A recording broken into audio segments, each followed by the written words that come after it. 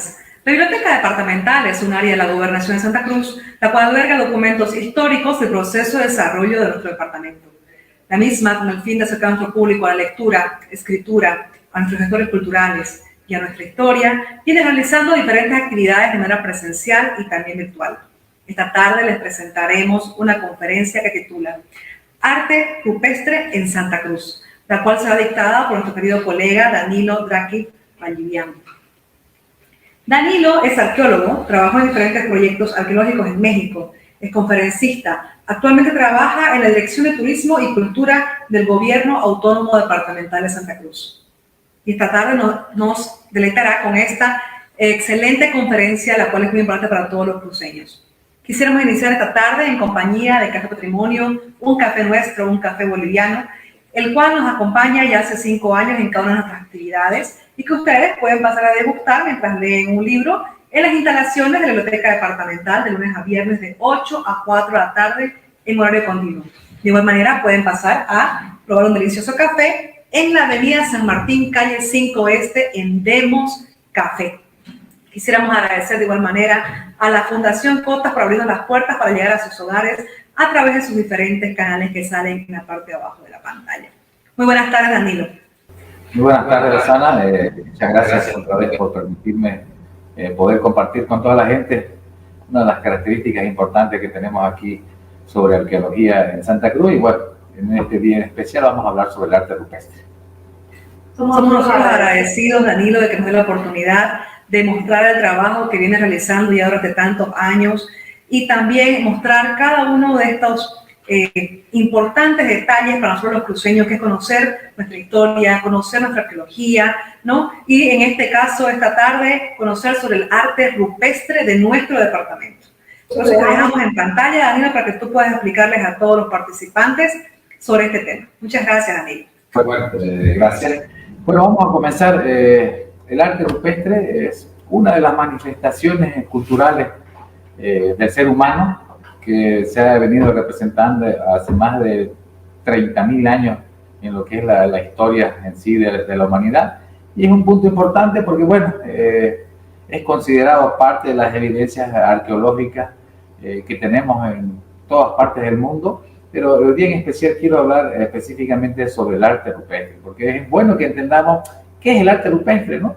Una de las preguntas básicas, ¿y cuántos tipos de arte rupestre tenemos en Santa Cruz? En realidad, muchas veces pensamos que el arte rupestre es solo la pintura. Ahorita vamos a hacer un recorrido por todo este desglose un poco para que la gente entienda y en sí cuando vaya y vea este tipo de evidencia se den cuenta que primero no son tan fáciles de hacer y tampoco son tan fáciles de identificar y poder decir efectivamente darle una simbología específica a cada representación o poder decir se hicieron en un momento histórico, ¿no? Este es un aspecto muy interesante, muy apasionante, la verdad, el arte rupestre. Y bueno, aquí en Santa Cruz tenemos una diversidad de sitios arqueológicos con estas manifestaciones, ¿no? Vamos a también un poco indagar, un poco saber quiénes las hicieron y hace cuánto tiempo, ¿no? Y qué conocemos de estas representaciones. Vamos a empezar diciendo que ¿sabías vos? Dice que el término de arte rupestre designa todo trazo, señal, figura, grabado, escultura, pintura y geoglifo ejecutado sobre una superficie mineral que no es movible. En este caso estamos hablando de roca y suelo realizado por una persona. Si he dejado estos conceptos y todo, porque para mí es importante que la gente lo pueda ver también, no solamente escucharme, sino lo pueda leer, porque es muy importante, ¿no? El ser humano trató de plasmar en todos los espacios que pudo, no dejaron ninguna piedra suelta, ningún abrigo rocoso y efectivamente utilizaron todas, vamos a decir, los lienzos o todas estas paneles para poder representar muchos aspectos de su vida. Era la forma de comunicarse en su momento.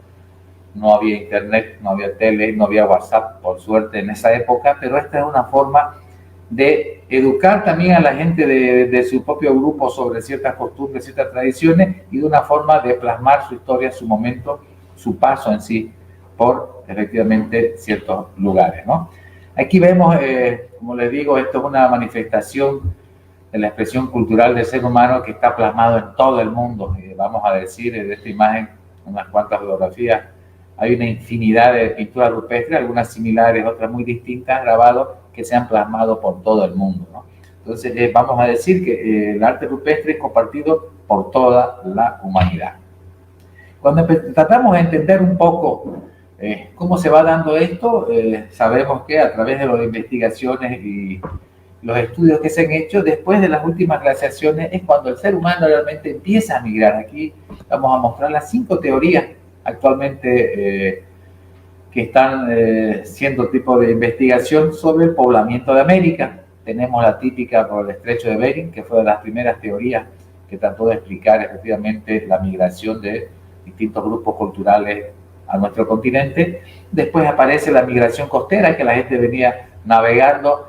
Tenemos una salida que hay de Europa hacia el este de América, justamente Norteamérica. Tenemos migraciones de Indonesia y la última migración que efectivamente es muy importante, que se ha dado justamente desde Australia hasta Sudamérica. Pensamos nosotros que así llegaron uno de los grupos más antiguos que tenemos todavía vivos en nuestra región, que ellos son los ayoreos, porque su ADN tiene una afiliación genética muy importante con los grupos que poblaron Australia hace más de 60.000 años. Entonces, ya sabemos que el arte rupestre son varias características y no es específicamente una manifestación en sí. ¿Cómo son estos tipos de soportes? Vamos a decir soporte, los espacios donde son plasmadas estas evidencias. Aquí, para empezar a entender todo este compleja gama de información y bien compleja en realidad sistema de análisis, lo dividimos. Primero sabemos que hay 2 tipos de soporte. Aquí uno que es al aire libre y el otro que es en cueva. ¿Cuál es la diferencia del uno del otro? La del aire libre efectivamente es más fácil, se utiliza la luz solar, y en este caso en cueva ya es donde intervienen otros artefactos, en este caso creando luz artificial, como pueden ser las fogatas, antorchas o mecheros. Entonces ya estamos separando cuáles son estos tipos de soporte, al aire libre y en cueva, que son muy distintas. Esto no quiere decir que esto va a variar en el estilo o la forma de aplicación de este tipo de manifestaciones, sino que efectivamente son 2 modalidades distintas, donde una requiere una intervención en este caso externa, que son las fogatas, las antorchas o los mecheros, ¿no? Así para que podamos un poco entender, y esta charla, esta conferencia es un poco también bastante educativa, donde la gente puede entender un poco, comprender cómo se va analizando este fenómeno del arte rupestre y efectivamente conocer bien paso a paso cómo los arqueólogos vamos definiendo este tipo de evidencia, ¿no? Vamos a ir de menos a más, se puede decir. En este caso son los geoglifos, que hasta el momento son pocas evidencias que tenemos registradas aquí en Santa Cruz. Las imágenes que vemos son asentamientos, son antiguas aldeas que efectivamente tenían una especie de canal alrededor de su aldea, que servía efectivamente como una limitante para posibles ataques de las personas. Estas, con el tiempo, dejan estos geoglifos efectivamente que son vistos desde el aire, ¿no? Tenemos varios geoglifos registrados en Santa Cruz, pero no tenemos una gran magnitud para poder ponerlo en primer rango, ¿no? Después tenemos la escultura. Cuando hablamos de escultura, aquí hay algo muy importante. Ahí tenemos 2 sitios ahorita muy representativos de este tipo de ejecución y de manifestación. Una es el Viborón en Santa Ana de Velasco y otra considerada es el Fuerte de Samaipata. Si en sí el Fuerte de Samaipata fue declarado Patrimonio de la Humanidad por ser la roca maciza que tiene más grabado, esto ya pasaría a ser como que todo justamente el Cerro de Samaipata, el Fuerte, ya ha sido como una escultura. Si la vemos desde el aire, realmente ha sido grabado, ha sido esculpido todo su macizo rocoso que está expuesto en esta imagen, ¿no? Y así poco a poco vamos yendo ahora a los grabados, que es otra de las manifestaciones que hemos visto que tiene el arte rupestre. Es algo interesante cómo para una y otro tipo de características del arte rupestre se necesitan herramientas muy distintas, ¿no? Aquí en el grabado efectivamente tenemos más evidencias registradas. Esto no quiere decir que no haya más geoglifos o más esculturas, pero hasta el momento son las que tenemos registradas y nos basamos en estos datos. posiblemente en el futuro se encuentren mucho más sitios y bueno, esto que digo yo se vaya cambiando y poco a poco esperemos conocer todo lo que tenemos en nuestro departamento, ¿no?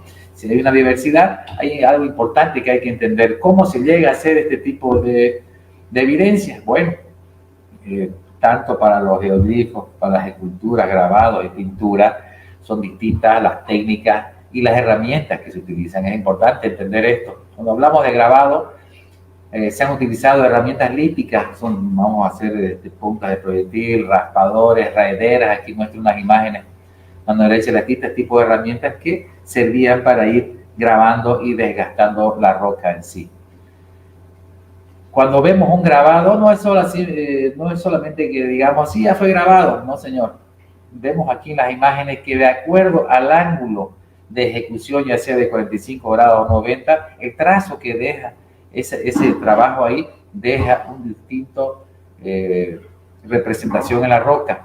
Entonces, de acuerdo a el ángulo, la forma de la herramienta, es como llegamos a entender los distintos trazos que hay y que existen dentro de lo que se llama la expresión de grabado, ¿no?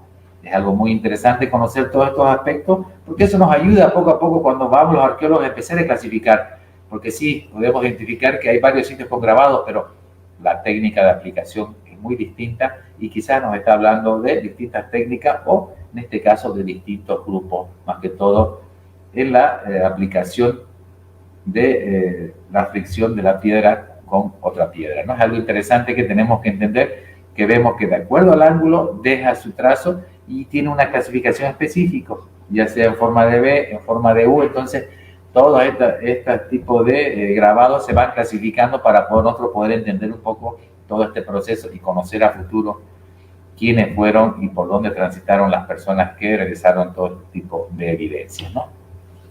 Si, como les dije, vemos que efectivamente, en este caso, el ser humano en todo el mundo, y aquí Santa Cruz no es la excepción, utilizó todos los aspectos. Vimos ya una imagen de la escultura del Viborón, vimos el fuerte de Samaipata, que es una roca maciza que la grabaron en su totalidad, pero también han utilizado afloramientos rocosos como los que vemos, estos en piso firme, donde efectivamente la gente pedazos de roca los grabó, utilizando, plasmando, como vemos, cara, círculos, manos, pie, todo lo que efectivamente para su momento era importante a ellos demostrar. La mano, hasta el momento de ahora, sigue siendo una forma de expresión de decir yo estuve aquí, ¿no? Y normalmente el pie es considerado movimiento. Entonces estamos hablando de que grupos están contándonos que yo pasé por aquí, dejé estas imágenes y efectivamente también deja plasmada su mano, como también puede ser una forma de ceremonia para poder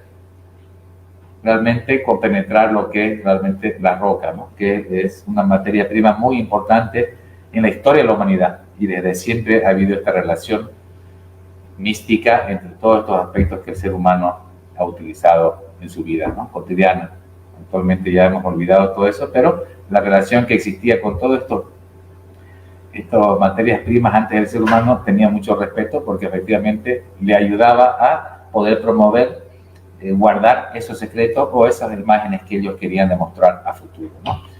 Vemos también que efectivamente se han utilizado paredes, abrigos rocosos de cualquier magnitud para poder realizar este tipo de grabado. Todo este tipo de aplicaciones nos están mostrando este tipo de manifestaciones que son muy distintas, pero que son de la misma aplicación, en este caso de grabado. Vemos que algunos son más intensos, algunos son bastante abstractos, otros podemos llegar un poco a definir como les decía hace rato, una cara, una mano, pero hay muchas figuras que efectivamente son abstractas y nos están llevando a un entendimiento más complejo, que quizás en este caso yo no quisiera meterme porque nunca voy a saber qué es lo que pensaba ese tipo cuando dibujó esa imagen o esa simbología, ¿no? Incluso actualmente, contemporáneamente, hay personas que hacen un símbolo y que para un grupo significa una cosa y para otras personas significa otra cosa. Entonces es muy difícil poder designar o tratar de darle una explicación específica a este tipo de evidencias en sí. Más que todo nos vamos a abocar nosotros a ver todas estas características para entender todo este fenómeno y poco a poco ir comprendiendo cómo se va dando esta evolución en sí, ¿no? Vemos aquí este otro tipo de grabados muy distintos que se han preocupado más que todo en hacer como pequeños círculos que están delimitando un espacio, o estos trazos finos que están delimitando, que es una técnica muy distinta a las que vimos anteriormente. Entonces vemos que dentro del grabado también existen distintas técnicas de aplicación, el cual nos está hablando o nos está remitiendo en este caso a un momento específico o a un grupo que transitó por estas tierras hace mucho tiempo atrás. Vemos aquí otras representaciones donde son más complejas, donde unen un montón de cosas. Vemos una forma de una cruz, vemos mano, vemos zigzag y toda una diversidad de símbolos, y efectivamente muchos de ellos que posteriormente se van plasmando en las pinturas rupestres también.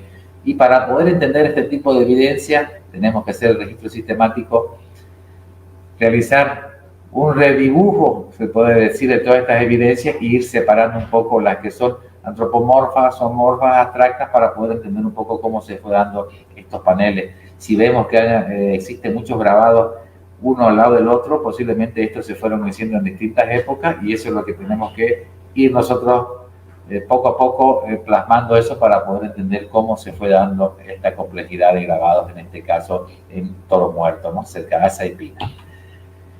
Una de las representaciones más importantes y de las cuales tenemos más evidencia del arte rupestre en Santa Cruz es la pintura. La pintura es un elemento que encontramos en todas partes, en sí los grabados también, pero no hay mayor magnitud, pero las pinturas se encuentran en todo lado y una gran magnitud de ellas, y así también la gran cantidad de sitios que están justamente plasmados mediante esta técnica de aplicación, ¿no? Si vamos ahora a la pintura, ya hemos visto que el grabado se utiliza herramientas líticas, quizás algunos huesos trabajados, algunos palos duros que servían también para ir desgastando las piedras, pero en este caso, cuando ya entramos a hablar de pintura, aquí entran otras materias primas y otros componentes un poquito más complejos, los cuales nos dan justamente esta expresión de la pintura, ¿no? Cuando hablamos de pintura, tenemos que saber de dónde se obtienen, cuál es la materia prima justamente de estas pinturas o estos colorantes, ¿no? Hay unos que son de origen tanto mineral como orgánico, y los colores que se obtienen de él son el rojo, el negro, blanco, amarillo y azul, con un sinfín de tonalidades. Esto quiere hablar de los gradientes, o en función de la saturación que tiene de pintura, que hace ver unas pinturas más saturadas, mucho más coloridas que otras, ¿no? Esto también tiene que ver con la preservación de los colorantes, en este caso en los abrigos rocosos o en los paredones mismos. Los colorantes minerales nos producen una gran variedad de colores que vamos a ir mencionándolo a continuación, y vamos a ir explicando de dónde se obtiene, de qué materia prima se obtienen estos colorantes minerales para poder después, posteriormente, plasmarlos en las rocas. Y si vamos viendo de este pequeño análisis que llevamos hasta el momento, no había sido tan fácil realizar un grabado, una escultura ni una pintura. Entonces, poco a poco nosotros tenemos que ir entendiendo de que cuando vemos una pintura rupestre tenemos que entender que hay mucho conocimiento atrás, no solamente de la aplicación en sí de la pintura, sino de dónde tener la materia prima, con qué mezclarla y cómo aplicarla, ¿no? Y aquí vemos, empezamos a tener lo interesante de todo esto, que hasta el momento hemos registrado todo ese tipo de diversidad de colores que los tenemos justamente evidenciados en el arte rupestre de Santa Cruz. De los negros, pues los negros pueden conseguirse de los óxidos de manganeso, el carbón mineral, grafito y de la magnetita. O sea que imagínense, el ser humano, para poder plasmar una pintura de color negro tenía que conocer que de esas materias primas se podía obtener el color negro para poder aplicarlo. Como le digo, ya estamos hablando de conocimiento de geología y aparte, efectivamente, un conocimiento sobre la aplicación de los pigmentos, que va también más allá de saber conocer de dónde se obtiene, sino también con qué mezclarlo y darle realmente una composición muy buena para poder efectivamente plasmarla sobre los paredones rocosos, ¿no? Los blancos. Aquí vemos una diversidad, unas imágenes interesantes de los blancos. Para el blanco se utilizaba el caolín, yeso y la mica. Los seres humanos de ahí obtenían ese color, que efectivamente esa misma aplicación que se hacía en los abrigos rocosos, posteriormente se la fue aplicando también en la cerámica y en la pintura facial de las personas, porque es lo que más resaltan los primeros cronistas españoles, ¿no? la diversidad de tintes que tenía la gente pintado en el rostro e en el mismo cuerpo.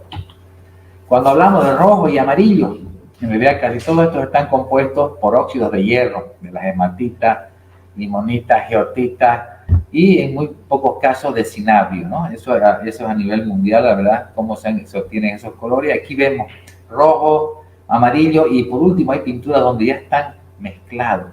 Estamos hablando de lugares con policromía que tienen mucho más colores que solamente un simple tono, ¿no? Del azul, esto es interesante, aquí es la única pintura que tenemos registrada nosotros que están en los valles cruceños que tiene azul. Bueno, ¿de dónde viene el azul? El azul originalmente viene de la piedra semipreciosa lapislázuli, que es un silicato de calcio con cobre, o de la azurita, el cual es un carbonato de cobre hidratado y de la malaquita. Esto es algo interesante porque hasta el momento es la primera pintura que tenemos con ese tono de color, pero como les digo, también sabemos que en las referencias y las crónicas etnográficas, muchas de las personas que tenían pintura facial tenían azul sobre el cuerpo. Y efectivamente vamos a saber de dónde venían este tipo de colores. Hemos hablado ya de los colores de los tintes minerales. Ahora vamos a hablar de los colorantes orgánicos, que efectivamente también se obtienen una diversidad de tonalidades. Cuando hablamos de negro, eso puede ser al quemar sustancias como madera o hueso.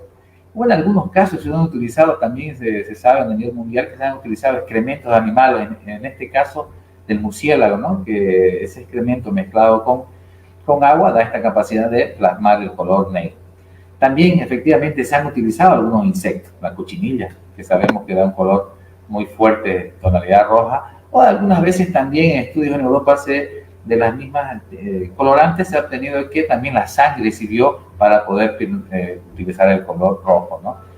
¿De dónde se obtienen estos colores? Como les digo, ya sabemos que es la cochinilla, algunos negros del carbón, esas cosas, pero también ¿de dónde se obtenía el color azul? El color azul es algo muy interesante que se obtiene de una planta que es el añil, que hay una diversidad de este tipo de plantas, el cual su procesamiento no obtiene un colorante azul, ¿no? Se sabe también que de un líquenes de la Artemiaceae, perdón, no, nombres raros estos, que existe la referencia etnográfica que los guaraníes masticaban un rato ese líquen y efectivamente tiraba una tonalidad azul, ¿no? Que es lo que utilizaban muchas veces para pintarse el cuerpo, ¿no? Aquí tenemos unas imágenes, las tres primeras arriba son imágenes de los distintos tipos de añil que se encuentran, los cuales se pueden procesar y obtener el color azul. Abajo están las imágenes de líquenes que vemos que están sobre las rocas en lugares húmedos, que estos efectivamente también, gracias a los datos etnográficos, se puede obtener que de ahí se tiene el color azul. Y la cochinilla que vemos en la parte inferior izquierda, que es un insecto del cual se obtiene el color rojo. Hay algo interesante también que dentro de mis viajes y las cosas pude aprender. Los guaraníes en el Incahuasi me enseñaron que de un bejuco, que efectivamente uno lo corta y deja que esa savia salga, tiñe de color azul. Aquí les muestro una imagen, la verdad para mí fue sorprendente poder aprender eso. La verdad es que nunca hubiera pensado y por eso puse esta imagen, que de este tipo de bejucos específicos se obtiene el color azul, que ese color lo vemos plasmado en el machete en el cual hicimos el pequeño corte a esos bejucos para corroborar si efectivamente se obtenía un tinte de color azul. Y bueno, en las imágenes podemos ver que efectivamente se obtiene también el color azul de ese tipo de bejuco, ¿no? Cuando ya nos vamos metiendo un poco más a saber, bueno, sabemos que hay colorantes de origen mineral y otros de origen orgánico. Bueno, ¿cómo se aplican estos? Porque una cosa es tener el conocimiento de cómo obtener todos estos colorantes y ahora cómo lo aplicas en esos soportes rocosos. Hay dos maneras que se lo clasifica en arqueología en los sistemas de aplicación que se llama, que uno es directo y el otro se llama indirecto. Ahorita vamos a ver por qué uno es directo y por qué el otro es indirecto. Ahora, algo interesante que tiene la pintura, que tiene una cualidad específicamente que se puede aplicar en tres modalidades distintas, la pintura. En estado seco, en estado de bloque, o polvo pulverizado, ¿no? Y la líquida. Son estas tres modalidades de las cuales se puede utilizar justamente la pintura. Y claro, en la aplicación de la pintura en bloque, que ya sea con un pedazo de carbón, como ven en la imagen, turrones, óxido de hierro específicamente, la aplicación de esta colorante en la roca, la humedad de la roca hace que facilita justamente el trazado y la fijación de estos pigmentos en los abrigos rocosos, paredones rocosos y en cualquier roca, ¿no? Entonces ahí vemos efectivamente una imagen de las pinturas en seco y bueno, lo que sería la pintura en polvo en sí. Cuando hablamos de directo, como una forma de aplicar un colorante directo, esto es que entre el soporte, que en este caso la roca, digamos, y el colorante no intermedia nada. ¿Qué quiere decir? Que en el caso del carboncillo, la tiza o el lápiz en este específico, estás aplicando vos directo, el colorante directo al soporte. Esa es una forma de aplicación, que el trazo que deja efectivamente es muy distinto, y el otro es el indirecto. ¿Cuál es el indirecto? En el cual nosotros utilizamos algún instrumento entre los pigmentos y el soporte. ¿Cuáles pueden ser en este caso? El pincel, ya es un intermediario entre nuestros soportes y los pigmentos, los dedos, plumas, plantillas, espátula e incluso aerógrafo, que es el soplado que vemos de imagen que también se utilizaba. Entonces vemos que estas son las técnicas de aplicación indirecta. Si vemos cada una de tanto la aplicación en seco, polvo, en este caso en pintura, los trazos que van dejando estos tipos de aplicación son muy distintas. Vemos ahí las imágenes, por eso puse para que sea más didáctico, los pinceles como el trazo es muy distinto, si utilizamos el dedo también es muy distinto, incluso la tonalidad y la saturación de la misma va a ser muy distinta, ¿no? Como vemos, cuando se aplica con el dedo deja como un aterciopelado en realidad sobre la pared, ¿no? Y no es tan profundo ni tan conciso como cuando lo aplicamos con un pincel. Todos estos resultados de cada sistema nos brindan texturas distintas. Y ahora aquí es importante entender esto. ¿Qué pasa cuando estas pinturas están expuestas al intemperismo por mucho tiempo? Esa interacción, todos esos oxidantes debido al clima, son perturbaciones que van teniendo los tonos de las pinturas. Y esto a veces, que son problemas más que todo de causa físico-químico, se dan mayormente en el color rojo, que lo puede hacer pasar con el tiempo, adquirir un tono color negro o blanco, y así nos puede confundir mucho en la clasificación de las distintas fases de ocupación o intervención artística. Esto le quiere decir que hay que tener mucho cuidado en la clasificación o en la descripción específicamente de este tipo de pinturas, más que todo con estos tonos, porque tenemos que analizar ese aspecto, ¿no? Donde efectivamente hay otros agentes externos que nos pueden hacer variar incluso la misma coloración de los pigmentos. Por eso es importante, y hace años venimos trabajando justamente al respecto, de registrar todo este tipo de evidencia. Hay pinturas que están desapareciendo con el tiempo. Hay que saber que muchas de las pinturas, si se han plasmado, no es para que perduren toda la vida. Los cambios climáticos, los incendios forestales ahora que nos han quemado una infinidad de pinturas, donde ya todas están teñidas con negro, ya no se puede observar nada. Por eso es tan importante el registro sistemático para que podamos tener nosotros cómo eran las evidencias y un registro fotográfico el cual pueda brindar a futuros investigadores la capacidad de poder visitar el lugar sin necesidad de desplazarse al lugar, ya sea porque o ha desaparecido o porque efectivamente es de difícil acceso. Muchas de estas pinturas requieren 3, 4, hasta 5 horas de caminata para llegar, entonces muchas veces es muy complicado llegar. Por eso la importancia del registro arqueológico que estamos teniendo nosotros dentro de la gobernación de Santa Cruz. Y algo interesante, también tenemos que otra vez analizar esto, que justamente decíamos, ¿sabías vos? Dice que la carne de animal era la base de la dieta alimenticia en los primeros pasos de la humanidad. Primero se cazaba el alma del animal en una ceremonia previa a la cacería. Las tecnologías efectivamente de las armas fueron evolucionando. Y qué más importante e interesante que tenemos esas evidencias también aquí en Santa Cruz. Tenemos una imagen de Roborés, que es una cacería de monos utilizando lanzadardos. También en Comarapa, una cacería de venado, lo cual nos están mostrando efectivamente otro tipo de de lanza, y en este caso en Quimome, donde se ven hombres ya con arco. Entonces aquí es importante cómo estas representaciones nos están mostrando incluso esas distintas fases de evolución que han tenido las herramientas para la cacería, y cada vez vamos viendo y vamos entendiendo la complejidad de nuestro arte rupestre en Santa Cruz, ¿no? Ahora, si vamos a tratar de entender un poco, después de haber visto cuáles son las distintas características del arte rupestre, cuáles son en realidad las características de aplicación a cada uno, qué materiales se utilizaron, con qué elementos se plasmaron, ahora es interesante poder ver y poder empezar a clasificar un poco distintos tipos de manifestaciones. Aquí en Santa Cruz hemos tratado de dividir un poco este tipo de manifestaciones artísticas de aplicación para poder entender un poco este fenómeno. No voy a decir que esto lo hemos inventado aquí, esto se ha aplicado en todas partes del mundo, y aquí efectivamente le estamos dando un seguimiento de acuerdo a las investigaciones que se han hecho en otras partes y poder aplicarla para que nos ayude a entender este proceso. Y lo hemos dividido en 4 momentos o en 4 estilos distintos, ¿no?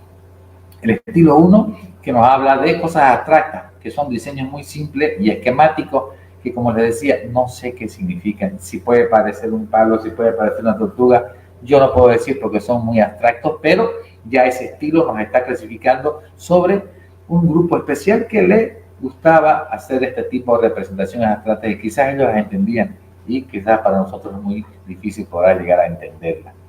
Está el estilo 2, que son los figurativos. Aquí empezamos un poco más a entender porque ya son temas más ordenados, pero sujetos a una notable desproporción, ¿no? Una cabeza grande, un cuerpo chico, las extremidades largas, y efectivamente es otro estilo el cual nos está mostrando ya un cambio en la aplicación y en la representación de los estilos de las pinturas, y efectivamente nos está mostrando que distintos grupos estuvieron en estos mismos espacios, ¿no? Si vemos las técnicas de aplicación quizás son similares, pero ya aquí empiezan a cambiar los estilos de representaciones.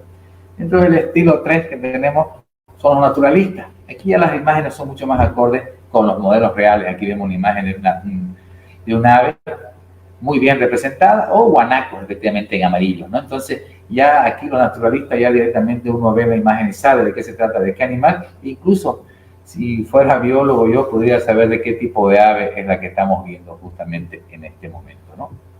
Y por último, el estilo 4, que para nosotros es esa clasificación importante para poder entender, y ya estos son los realistas y dinámicos. Aquí ya estos artistas tienen la tendencia de agrupar temas. Si vemos antes los temas son un poco separados, aquí ya los agrupan y le dan movimiento, como en este caso vemos la cacería de monos en Roboré, o también la adoración justamente en las pinturas rupestres del manantial, donde se veía a 11 personas levantando la mano en una representación de alguna ceremonia o justamente adoración a cierto personaje o a cierta deidad. Entonces ya cuando vemos estas pinturas ya están mucho más realistas y están con movimiento, nos están hablando de temas más complejos que solamente mostrarnos que es un ser humano que está plasmado sobre la roca, ¿no?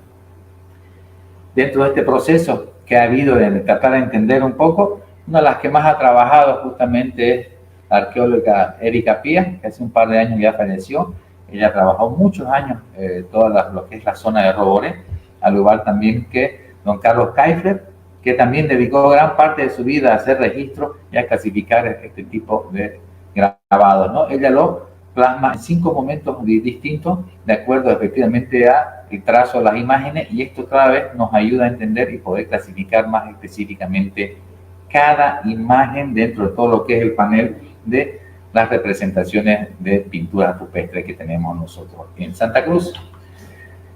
Y no solamente eso, hemos podido también llegar a identificar que no solamente las imágenes, las pinturas rupestres quedaron plasmadas en las paredones rocosos, vemos que también muchas de las pinturas rupestres están plasmadas también en los diseños de aplicación que tienen ya las vasijas cerámicas. Vemos que esta tradición pasó a ser de justamente un espacio no movible como son las paredes rocosas y todo, a un objeto móvil, en este caso las vasijas, donde ya la gente lo podía trasladar, y dentro de esa vasija llevaban estas imágenes cargadas de una simbología muy fuerte que tenía una representación muy importante para este tipo de grupo, ¿no? Aquí es interesante cómo vemos justamente todo este proceso del arte rupestre y cómo al final acaba plasmado en muchas de las vasijas que actualmente vamos encontrando dentro del territorio de Santa Cruz, ¿no?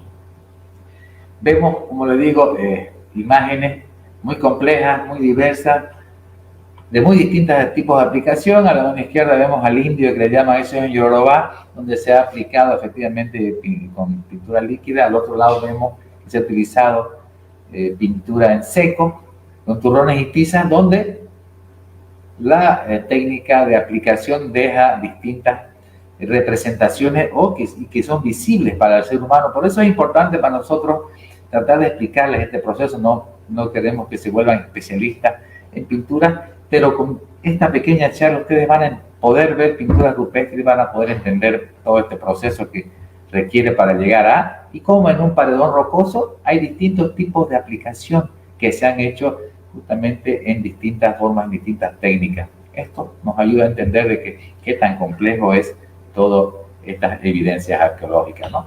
Y así podemos pasar por un sinfín de imágenes que nos muestran desde pequeñas figuras como rombos dobles, hay unos que parecen telares, otros dicen parecen libros. Hay una diversidad de imágenes que es justamente de las pinturas rupestres, o como esta que se encuentra en la torta en Roboré, que nos está mostrando la significación de uno de los mitos relacionados justamente a los piñocas, y en este caso representado con las danzas de los yarituses. Vemos también esta aplicación de tonalidades rojas mezcladas con negra en un mismo espacio, que nos habla efectivamente de esto que les decía, estos distintos momentos y estas distintas técnicas de aplicación que tuvo efectivamente el arte rupestre. Vemos estas imágenes que tan sencillas que parecen. Aquí vemos esta escena con completo movimiento donde este personaje más grande está golpeando a uno más chico, y más allá atrás vemos un animal parecer muerto que está justamente de espalda y con las patas arriba, ¿no?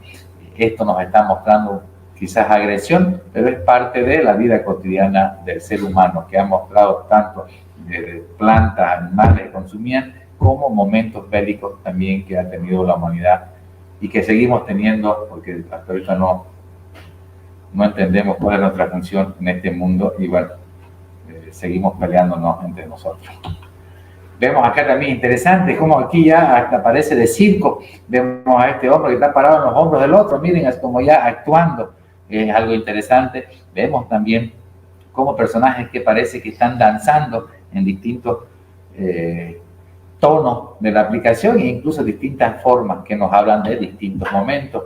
Vemos este personaje parado en la espalda del otro, como haciendo algunas representaciones, o esta simple imagen que pareciera que tuviera un espejo la persona, en el cual se ve justamente como si fuera la sombra del mismo objeto. Como le digo, hay una diversidad de pinturas, por eso es la que tenemos más evidencia, como este personaje que está con las manos levantadas y al parecer tiene una capa que lo cubre, muy interesante. Al otro lado vemos varios recorriendo y tirándose macanas, al parecer, tiene unas armas que se utilizaban hace mucho tiempo atrás. Vemos a este otro personaje que está en el hombro de esta persona. Vemos a este otro, o sea, como les digo, hay un sinfín de representaciones. Yo aquí quería mostrarles la diversidad de algunas que son tan complejas y algunas hasta chistosas también dentro de las expresiones culturales. Hay unas que son un poco más complejas. Vemos estas pinturas que tienen más de 7,5 metros de altura. Nos preguntaremos cómo lo decían. Bueno, tenían andamios, utilizaban cierto tipo de escaleras, el cual les permitió al ser humano llegar hasta esos lugares, efectivamente, de los abrigos o las oquedades rocosas.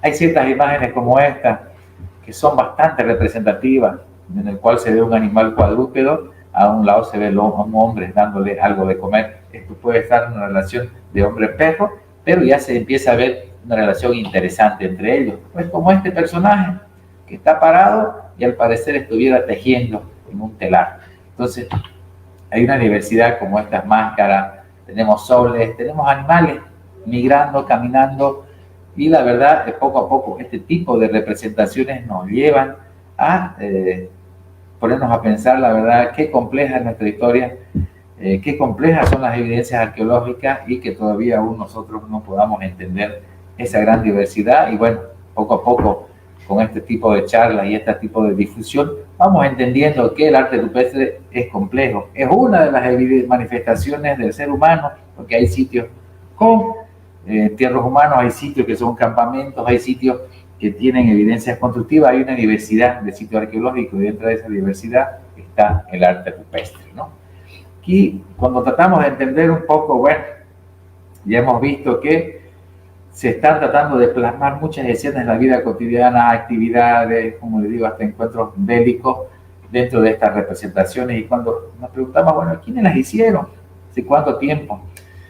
En este proceso estamos, el proceso de investigación es largo, estamos a punto ya de poder definir con unas excavaciones arqueológicas que hemos hecho la data de algunos sitios de arte rupestre, pero lo que utilizamos actualmente para poder entender un poco la antigüedad de estas pinturas son las pinturas rupestres del Brasil, en el cual los distintos tipos de expresiones y tonalidades que efectivamente hay dentro de estas imágenes son muy similares a las que tenemos. Esta es una representación del Chorro San Luis, donde vemos que son muy similares. En el Brasil ya atestiguan que el hombre llegó hace 12.000 hasta un poco más, y las primeras pinturas rupestres tienen datación de 12.500 años. Entonces, ¿qué nos quiere decir eso? Que efectivamente nosotros estamos casi por esa misma línea. Y por último, como última reflexión, para entender un poco todo esto quiero decir que, ¿sabías vos? Dice que los primeros pobladores de Santa Cruz llegaron hace 11.000 años, ocupando primero las tierras bajas del este, de lo que es la Chiquitania, y las del sur, posteriormente el Chaco, y viceversa. Todo esto es siguiendo a la megafauna que migraba por este territorio en el Pleistoceno y Holoceno. Estamos hablando de hace más de 11, 12 o 13.000 años. Hay sitios arqueológicos en Sudamérica, que datan de más de 13.000, 14.000 años, que están peleando y están tratando de cambiar justamente estas rutas migratorias. Entonces, ¿qué podemos concluir con todo esto? El arte rupestre en Santa Cruz es muy complejo, es muy diverso, y en sí, todas las manifestaciones arqueológicas que tenemos en nuestro territorio son bastante complejas. Lo importante ahora que se trata de hacer es poder llegar un poco a entender, conocer, registrar antes que desaparezcan todo esto, para efectivamente poder plasmar que nuestra historia de este territorio, que actualmente es llamado Santa Cruz, comenzó hace más de 11.000 años de antigüedad. Y con esto, la verdad, quiero decirle muchas gracias, gracias por su tiempo. Esto es una pequeña riqueza que tenemos en el arte rupestre. Como le digo, he tratado de ser bastante sintético un poco de esto, darse cuenta de que tenemos tanta riqueza, y esto es una de las manifestaciones que tenemos de nuestros sitios arqueológicos en Santa Cruz. Valorémoslo, porque esto es lo que nos lleva a ser lo que queremos ser, unos buenos cruceños. Muchísimas gracias. Increíble, Danilo. Más de 11.000 años atrás ya habían personas caminando por estas tierras. Realmente la información que nos acabas de dar es increíble. Y no solamente fue esa, ¿no? Y estaban junto a la megafauna. Ese es un tema que queda pendiente, Danilo, para una siguiente conferencia. La megafauna que existía en esta tierra cruceña que ahora todos nosotros habitamos. La verdad que creo que son temas muy importantes que conozcamos. A veces nos ponemos a ver investigaciones de otros países. Es bueno que conozcamos también la nuestra, que indaguemos, que estudiemos, que escuchemos este tipo de conferencias en las cuales tratamos de ponerlo a ustedes de la mano de los profesionales y expertos en el tema, para que así puedan conocer al respecto y estar al día con las últimas investigaciones que viene realizando el Departamento de Arqueología de la Gobernación de Santa Cruz. Muchísimas gracias, Danilo. La verdad, si tienes algo más que decir, por favor. Bueno, sí, quiero decir que queda pendiente efectivamente estos dos temas que mencionabas tú, querida Osana. Uno, próximamente vamos a tener los fechamientos datados ya del sitio de arte rupestre, donde de verdad ahora vamos a poder afirmar y reafirmar la antigüedad. Y otra de las cosas también es la evidencia efectivamente de evidencias de la megafauna relacionada a pobladores nómadas de estas tierras. Y esto sería muy importante no solo para Santa Cruz, sino para Bolivia. Estaríamos hablando de los primeros pobladores de América, señores. Entonces, es un tema pendiente, vamos a seguir trabajando al respecto, y bueno, espero que poco a poco vayamos captando un poco más de seguidores y de querendones de esta tierra, porque hay mucho por contar, hay mucho por hablar, y bueno, esperemos que sigamos con vida para poder seguir descifrando todos estos enigmas, se puede decir, de nuestra historia cruceña. Muchísimas gracias.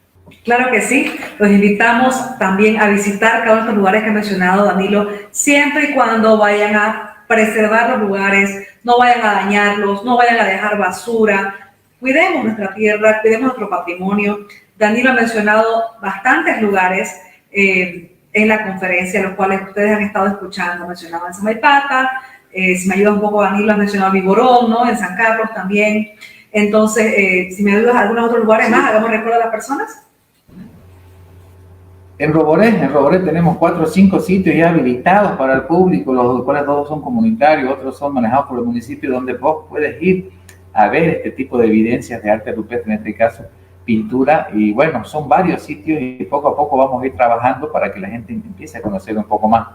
No se olviden que Roboré fue declarado capital del arte rupestre de Santa Cruz por su diversidad de pinturas en tan poco espacio. Y bueno, es un municipio que próximamente está de fiesta, así que bueno, aprovechemos, conozcamos, vayamos a Roboré, una linda tierra, y bueno, disfrutemos no solamente del agua, también de estas manifestaciones que son tan importantes para nuestra esencia. Claro que sí, Danilo, la verdad que hay un montón de lugares por conocer en Santa Cruz y creo yo que es importante que apoyemos el turismo interno en nuestro departamento, que movamos esa economía interna también en las provincias. No se olviden siempre de llevar su barbijo y estar con ustedes cerca de las demás personas, portarlo, utilizar alcohol también durante el viaje para desinfectarse las manitos, para que así también no llevemos, ¿no?, el virus mucho más a nuestras provincias. Gracias a ustedes por su atención, gracias nuevamente a Danilo por compartir toda esta información tan valiosa con nosotros. Esperamos que para ustedes haya sido de igual forma tan valiosa como ha sido para nosotros en esta tarde. Muchas gracias por su participación. No nos olvidemos que se hace gestión trabajando.